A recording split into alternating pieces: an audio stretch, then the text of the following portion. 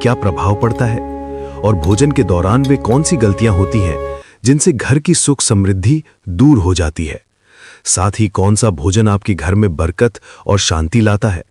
आज हम इन्हीं रहस्यों को एक प्राचीन कथा के माध्यम से जानेंगे जो स्वयं भगवान शिव ने गरुड़ देव को सुनाई थी। तो आइए वीडियो शुरू करते हैं। बहुत समय पहले की बात है, कैलाश पर्वत पर भगवान शिव विराजमान थे और उनके सामने गरुड़ देव उपस्थित हुए। आते ही उन्होंने प्रणाम किया और बिना किसी झिझक के बोले, प्रभु, आज एक बात मेरे मन को परेशान कर रही है।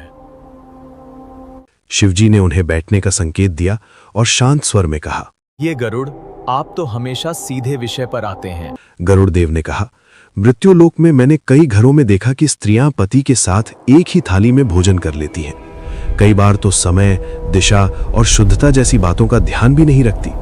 कुछ तो पति से पहले ही खाने बैठ जाती हैं। मुझे समझ नहीं आ रहा कि ये ठीक है या गलत। शिवजी ने हल्की मुस्कान के साथ कहा, गरुड़, भोजन की मर्यादा बहुत सूक्ष्म विषय है। इसे साधारण बात समझना ही सबसे बड़ी भूल है। गरुड़ ने तुरंत पूछा, तो फिर इसका सही उत्तर क्या है प्रभु?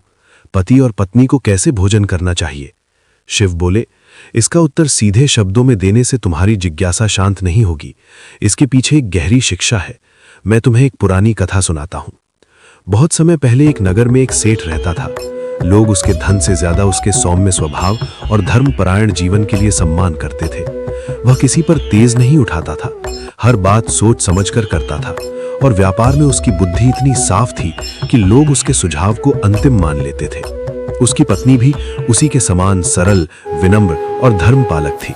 वे हर दिन ब्रह्म मुहूर्त में उठती, घर का वातावरण शांति से भर देती, भगवान का स्मरण करती और उसके बाद ही किसी अन्य काम को हाथ लगाती। नगर की स्त्रियां उसे आदर्श मानती थी और उसके आचरण को देखकर अपने घरों में भी व्यवस्था बनाती थी। उनके घर में कभी धन की कमी नहीं हुई, कभी कलह नहीं हुई।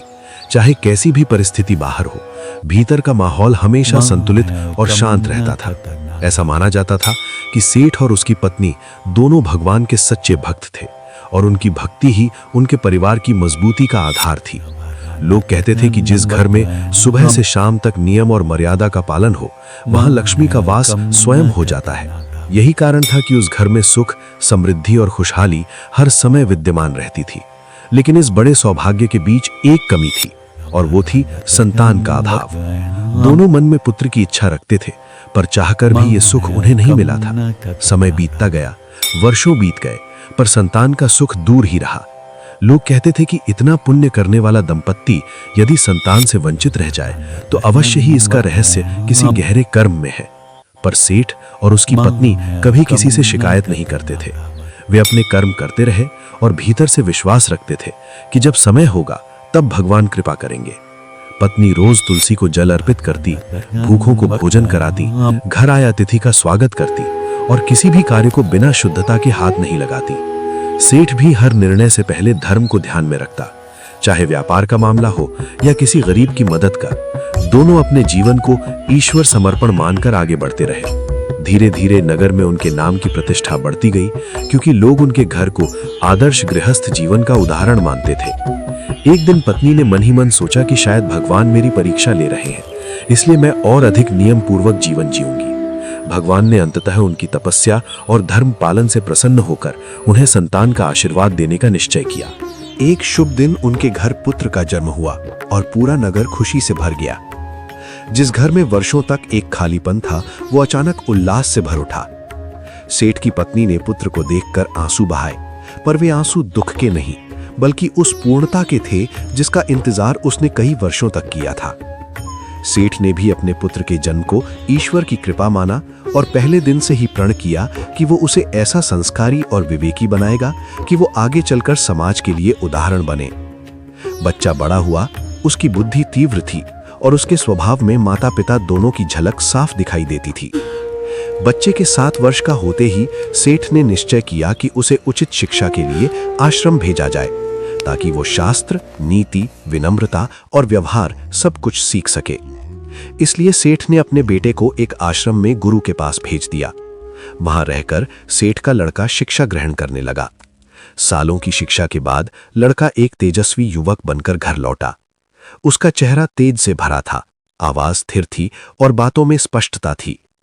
पिता उसे देखकर गर्व से भर गया और मां उसे गले लगाकर अपनी तपस्या का फल महसूस करने लगी। उसके लौटने के कुछ ही समय बाद सेठ ने उसके विवाह का विचार किया और एक सुशील संस्कारी कुल की लड़की का चयन कर लिया। पूरे नगर में शादी की चर्चा फैल गई और विवाह बड़े धूमधाम से संपन्न हुआ। बहू घर आई, घरवालों ने उसे सम्मान दिया और गृहस्थ जीवन की जिम्मेदारियां सौंप दी। बहू के आने के बाद कुछ दिनों तक घर का वातावरण हल्का और सुखद बना रहा। सास ने उसे हर बात धीरे धीरे सिखानी शुरू की और बहू भी हां में हां मिलाती रहती। लेकिन जैसे ही विवाह के शुरुआती दिन बीते, उसका अपना स्वभाव उभरने लगा। वो घर में प्रचलित नियमों को गंभीरता से नहीं लेती थी।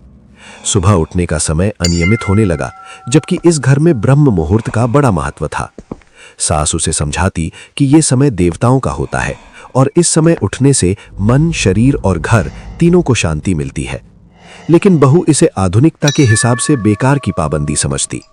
उसे लगता कि जब मन हो तब उठना ही ठीक है। धीरे धीरे उसकी आदतें बदलने लगीं और उसके साथ ही घर की दिनचर्या भी डगमगाने लगी। समस्या तब और बढ़ी जब बात भोजन की शुद्धता पर आई। कई बार अपने कमरे से सीधे रसोई में चली जाती, बिना हाथ मुंह धोए। कभी किसी भी दिशा में बैठकर खाना शुरू कर देती। सास ने अनेक बार समझाया कि भोजन पूर्व या उत्तर दिशा की ओर मुख करके करना चाहिए, क्योंकि इससे शरीर और मन दोनों संतुलित रहते हैं। उन्होंने ये भी बताया कि खाना शुरू करने से पहले अन्नपूर्णा माता को धन्यवाद देना चाहिए और भूखे जीवों के लिए प्रार्थना करना घर की संपन्नता बढ़ाता है। लेकिन बहू इन बातों को अनसुना कर देती। धीरे धीरे बहू की एक और आदत सामने आई, जिसने सास को चिंता में डाल दिया। वो कई बार अपने पति के साथ एक ही थाली में बैठकर खाना खाने लगती।